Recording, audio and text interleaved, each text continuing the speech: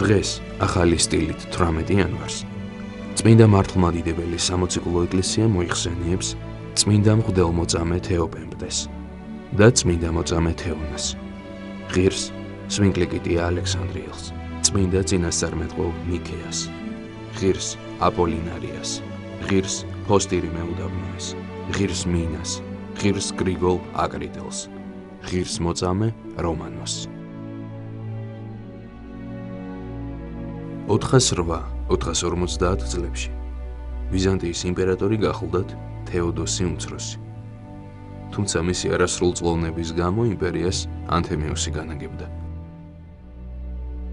სწორედ მისი ასული იყო ღირსი აპოლინარია, რომელმაც სიყრმეშივე ქალწულების აღთქმა დადო.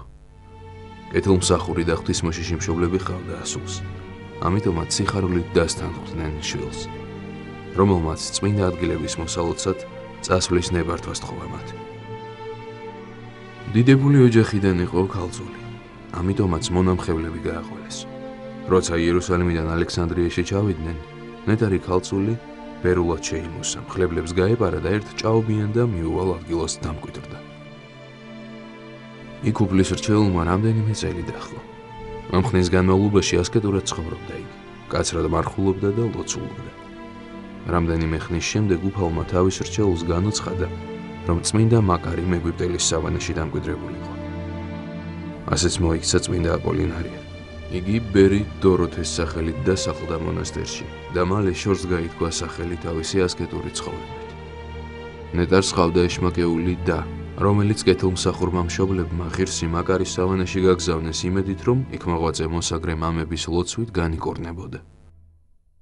იღუმენმა სნეულ ბერ დოროთეს მიჰგვარა, რომელმაც ლოცვით განკურნა თავისი და. სახლში დაბრუნებულ ასულს კვლავ დაეუფლა ბოროტი, რომელმაც ქალწულს ორსული ქალის ფორმა მისცა. ამან საშინლად განარისხა მშობლები, რომელთაც იფიქრეს, რომ ბერთა სავანეში შეურაცხყვეს მათი ასული. ძოლქმარმა მეომრები გაგზავნა მონასტერში და შვილის შემბილწავი გამოითხოვა. ღირსმა აპოლინარიამ საკუთარ თავზე აიღო დანაშაული და მეომრებს მშობლიურ სახლში გაჰყვა. იქ მან კვლავ განკურნა თავისი და, მისგან ბოროტი ასული განდევნა და დედმამას საიდუმლო განოცხადა. თან სთხოვა არავისთვის ეთქვათ მისი ვინაობის შესახებ. ამის შემდეგ ქალწული კვლავ სავანეში დაბრუნდა. ნეტარი აპოლინარიამ მშვიდობით აღესრულა 470 წელს. ხოლოდ მისი გარდაცვალების შემდეგ გაიგეს ძმებმა, რომ მოსაგრე ბერი დოროთე ქალი იყო. მისი ნეშტი იქვე ღირსი მაკარი მეგვიპტელის მონასტერში დაკრძალეს.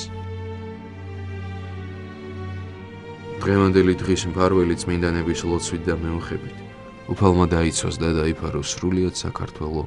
ამინ.